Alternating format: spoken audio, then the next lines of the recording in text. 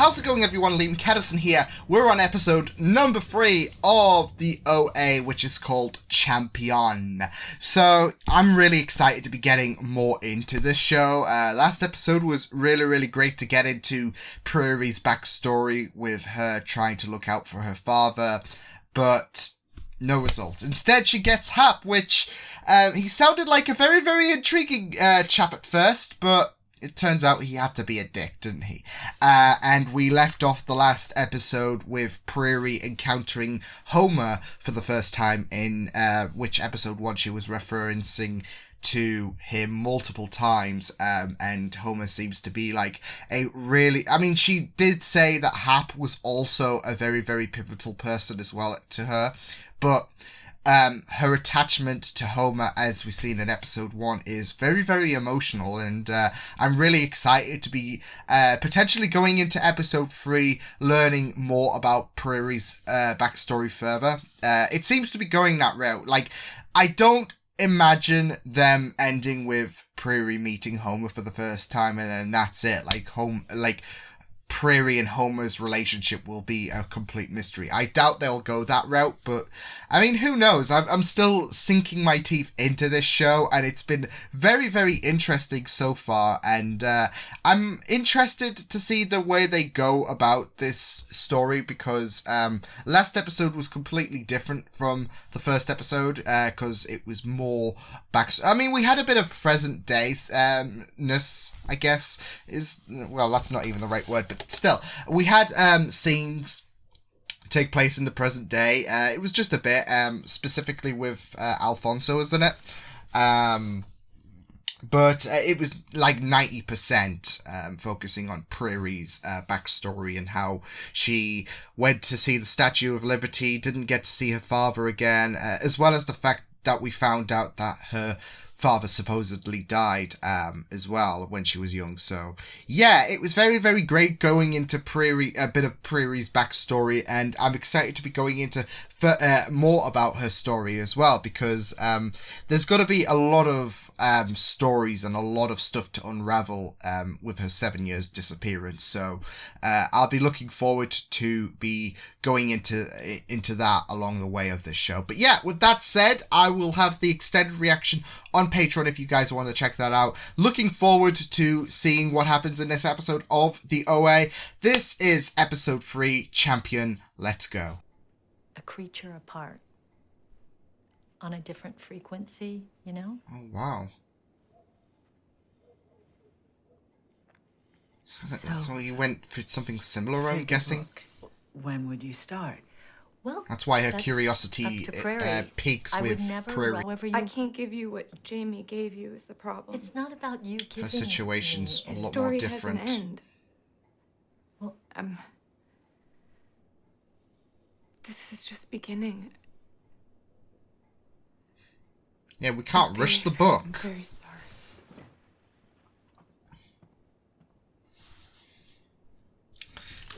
Oh man, I feel so bad though, like... There's nothing more isolating than not being able to feel time.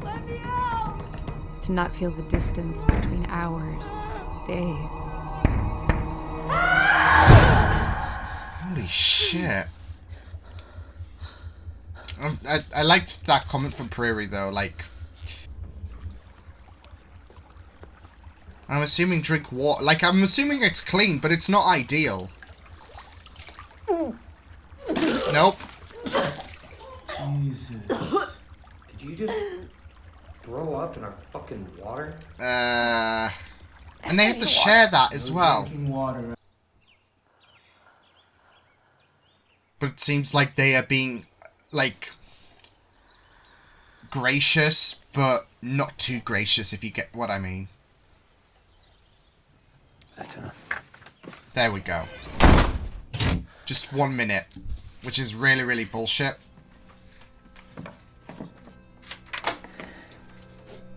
Ooh. I would be a great dad. I could support our son. I thought I'd do the study and give her the $500. It's simple as that. Oh, wow. So I get in the car with him, and he drives me here, and I asked to go to the bathroom. And I had this feeling, this sinking feeling. That something was off. Yeah, I did too.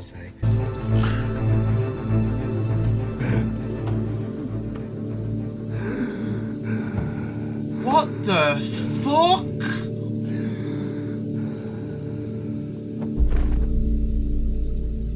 So it's a knockout gas?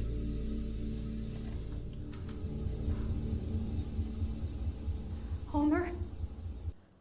Not the ones you build out of strange pieces. And they work. They don't look like they should, but they do.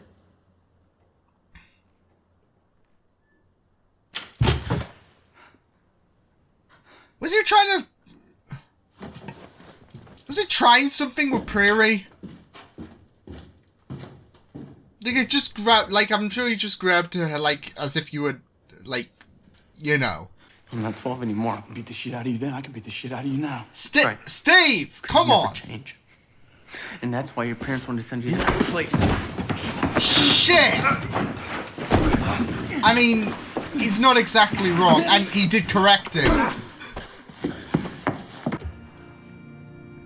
Did the guy before mention the brother's like yeah, the brother.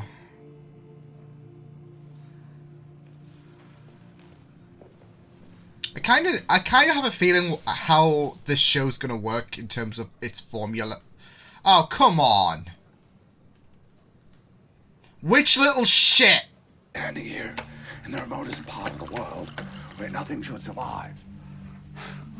You trying to wait? Some creature that was thriving. For some reason, I'm thinking he's trying to mimic David Attenborough. You dare! He's a national treasure. Okay, opportune time, Prairie.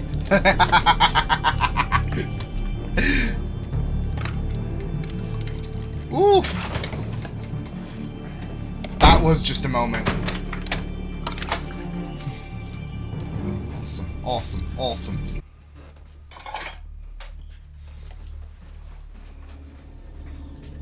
Just have a fucking fight. Oh, no, no, no, no, no.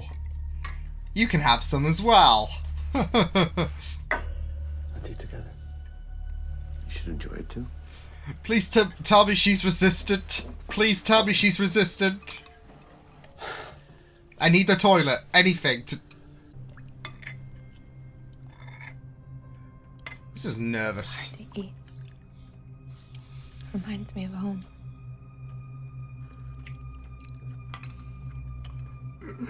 I'm nervous.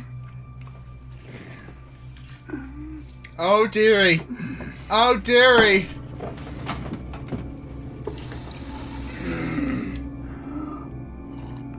Something wrong?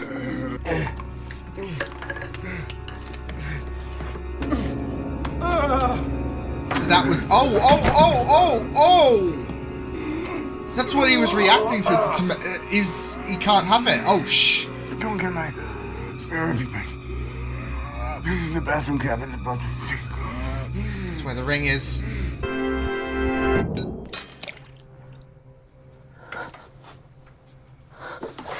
Oh no! Whoa! Was that hair?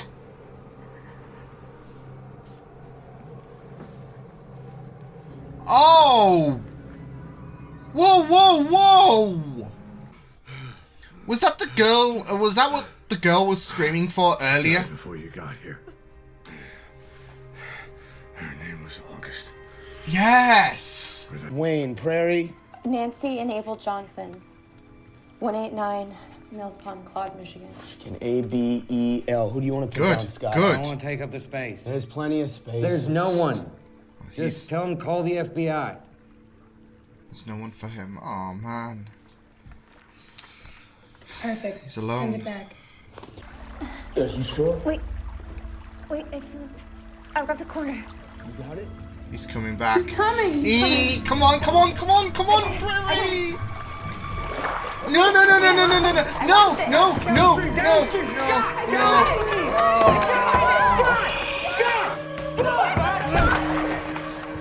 Fuck.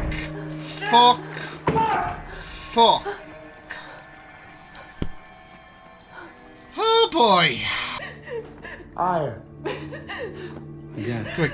do the bird dance. Again. See? She can't fly out of this place, Homer. You got it. She's a human, not a bird. Don't fall in the water. No, I'm kidding. And not. But I was floating above the car. And I Wait, could like... see my little brother's red backpack in the middle of the road. Oh, shit. You died and came back? Yeah, I was gonna say, is that the afterlife Yeah. thing? Like, with You floating? died and came back. Yeah, my You all have a My voice. connection. change after that became something else. You made a deal. I just want a fucking cup of coffee. Why does... Cigarette. Well, no, that doesn't Sit on sound like me. stoop in the But sun. coffee, that would be me. In the morning before the city gets loud. What about you, Homer? I love how the sharing, I've never been. like this. Can't know, It's beautiful. and that's all.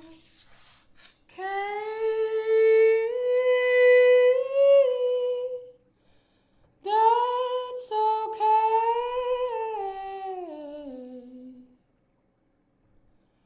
I wish you'd understand.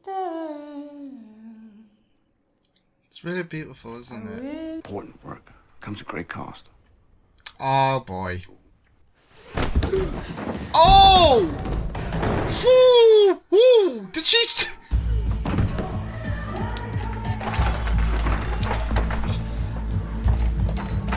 I think he deserves to be shoved down the stairs? Wow! Okay, well, she managed to avoid the glass, it seems. Oh, shit!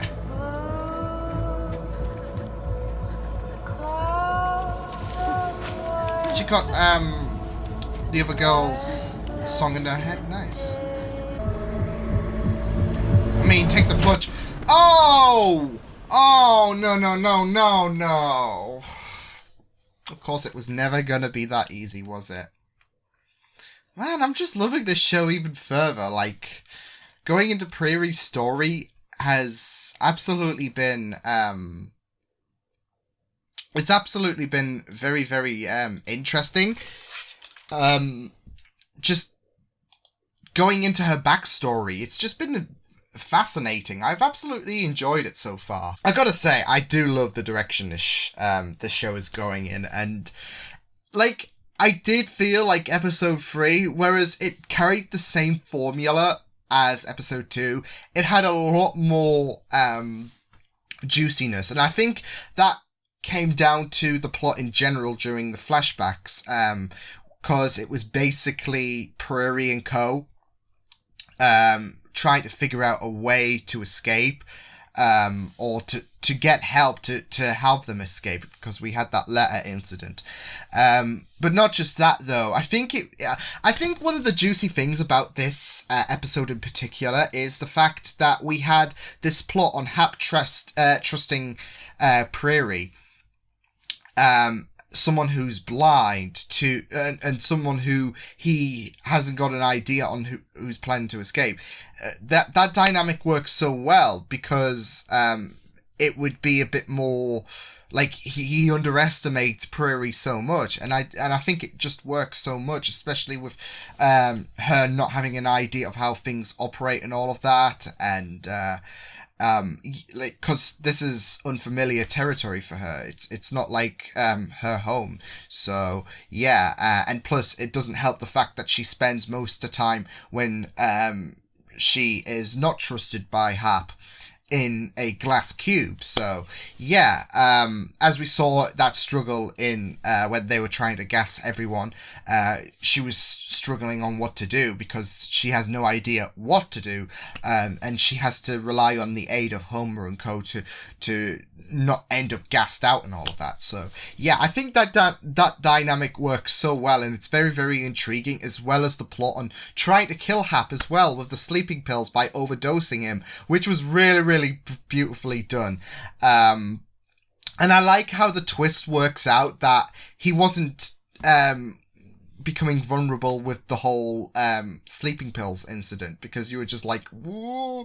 It was because he was allergic to tomato paste. So it was like, it still works out well because Prairie is not to blame. So he can't be like, hey, you poisoned me and all of that. He can't be like, you poisoned me.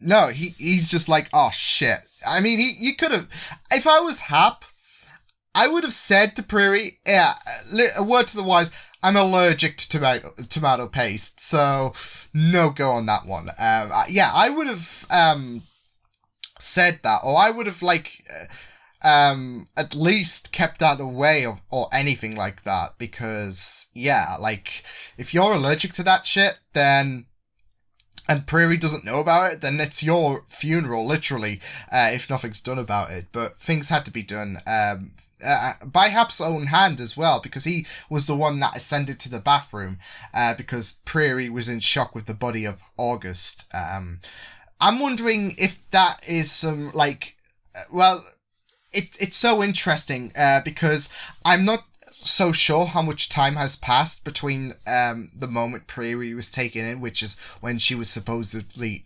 offed, and the point where we were at in today's episode, when she discovered the body. But really, there should be some kind of foul stench coming around. There should be some decay, because it's going to be a few days at least, or something like that, minimum. So I'm wondering if because there's some experimentations going on. We know that, and I'm wondering if the purpley pinkish, yeah. I'm wondering if that kind of liquid is some kind of preservation, especially since everyone's near-death experience survivors and all of that, and that's no coincidence, of course. So this is like testing out death and all of that, as well as his fascination by that thing, like when I'm sure he was mocking David Attenborough when they were talking about surviving harsh conditions. So it's I guess testing out longevity regarding death or near-death situations. Maybe I have no idea to what extent August's body goes, but there's obviously some preservation shit going on. And she's obviously deaded from that. So it's not like, oh, I left this body by accident. So that was very, very clumsy of me. Unlike the tomato paste thing, that was a bit clumsy, leaving it out in the open and not telling Prairie and all of that. But I mean, you could have, like, yeah. I was just gonna say, like, he was testing out that, and I guess to avoid his suspicions and all of that, he decided to abort on the whole, I guess, because he decided to bury it the next morning. So I guess it's like a test failed because, oh, I've been discovered and I don't want them, because he has to keep a low profile as well. They kind of have an idea, but he doesn't want, I guess Prairie to find out again and all of that, so, or anyone else for that matter. So I guess it's like, okay, well, we'll have to go another route with August's body and all of that. It does seem as well like I don't know if her and Rachel had a thing or something like that, because I know Rachel said that she needed her. She was screaming like she needed her and all of that, demanding to have where August was. And I'm wondering with the story about Rachel when she was explaining her background and all of that, I'm wondering if there was like a thing going on between them and they were hated from where they were from, especially when you have when she described that her father was like them, and you can have that situation, unfortunately, where the parents are disapproving, and that's going to force Rachel and her brother to be on the move to Nashville, I think it was. So I'm wondering if she is bisexual or lesbian, and that's why she was hated. She didn't outright say why she was despised and all of that, but I'm guessing with the whole needing situation and how the town can be vulgar, I have a feeling it could be that. It could be something else, but I'm trying to add 2 and 2 together. So yeah. But yeah, it was a great episode. I absolutely loved everything in the flashbacks. We had a bit more of a present as well, with Steve trying out a new skill program, it seems, like rather than being sent off to military school, it seems. Yeah, like I said though, it seems to indicate that it's some kind of special school. I kind of recognize it because with me being autistic and that, my family, especially at a young age, like 4, 5 and all of that, and especially after a notorious time in nursery and all of that, my family were a bit concerned with how I would cope in mainstream school, so they had a little bit of a talk, and the dialogue does sound familiar to going to a more suitable environment for someone who might not fit in well, I guess. And of course Steve is trying his best to avoid military school, and the teacher is going to help, especially now that they're a new team and all of that. She's obviously going to try and help out and all of that. So I'm wondering if this is some kind of like special school, because like I said, I think with the dialogue that was introduced, it kind of sounds familiar to what was described, because I used to ask questions and all of that, like how did I get to like a special school and all of that. Like when I found out a bit more of my background and my autism and all of that. Yeah, so, and that's what I was basically, and I was basically told about how I was transferred and all of that. Well, I wasn't transferred because I didn't go into mainstream, but I was supposed to be put in mainstream, but then I was put into some kind of special school, which boded out a bit better than me. Yeah, so I'm wondering if that's something similar to what Steve is going through, because we've obviously explored about the fact that he's having problems where he's at the minute, and they're trying to send him to that military thing, Ashenville, I think it was. Yeah, so I'm sure there's a different compromise, so that he is not going to get more complaints, which is going to lead to more pressure on his parents to sending him to Ashenville. So there's going to be a third option, and an option that could bode well for Steve. So yeah, and then we also had a bit of a fight between Alfonso and Steve. Even though it wasn't really they both had to take out their aggressions and all of that, so perfect. But to be fair, Alfonso just corrected him, and then Steve just got pissed off big time, so yeah. I do want to say, though, the scene prior to that, when Prairie was talking about building family, resonated a bit. Like, there's some really, really great pieces of dialogue in this show. Like, I loved her talk about time, and the absence of time makes you feel isolated. I get that so much. Like, I always feel like there's always a strange feeling for me. Like, if there's no sense of time, I feel a bit lost and all of that. And I need time or something like that. I don't know. That quote resonated with me so much. But I also love to talk about her building family from Strange Pieces, which works so well because it's not always about blood. It's the people you find along the way, and you build this family. In my eyes, that's the way I interpret it, because it is eerie how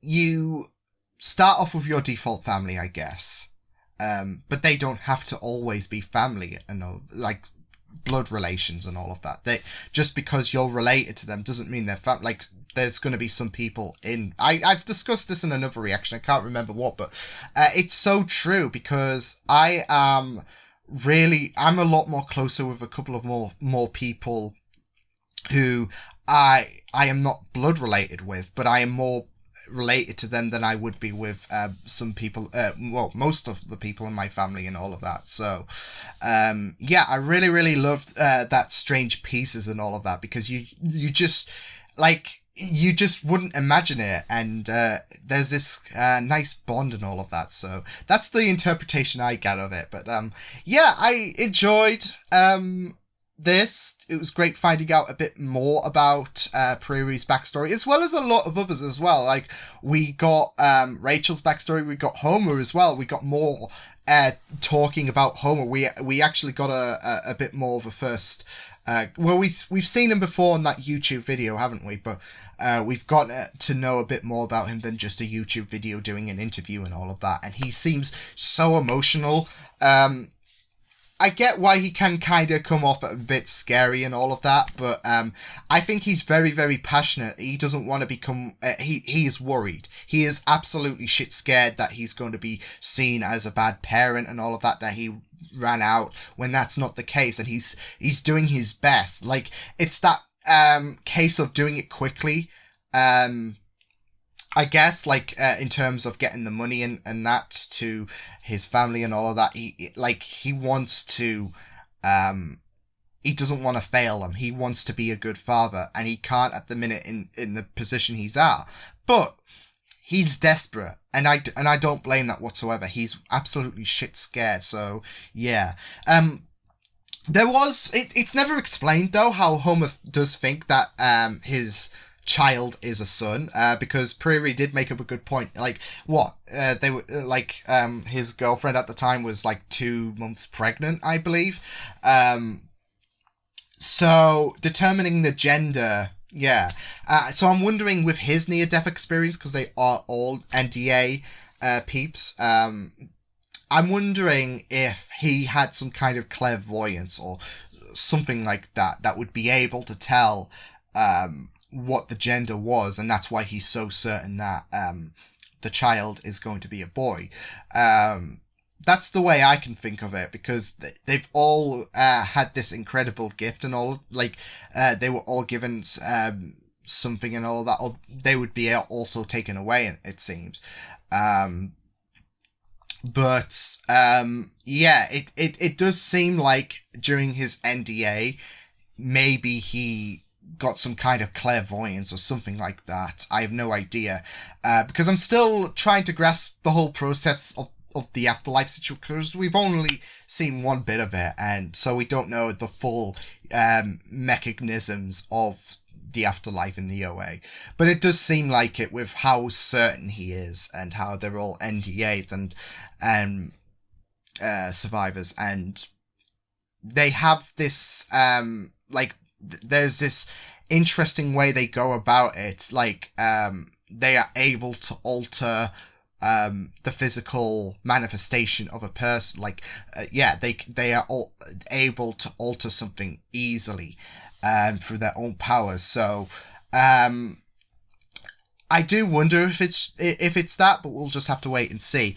But yeah, I really enjoyed this episode. Like I said, it had the same formula as the last episode, but it was really executed really well, especially with the way they worked around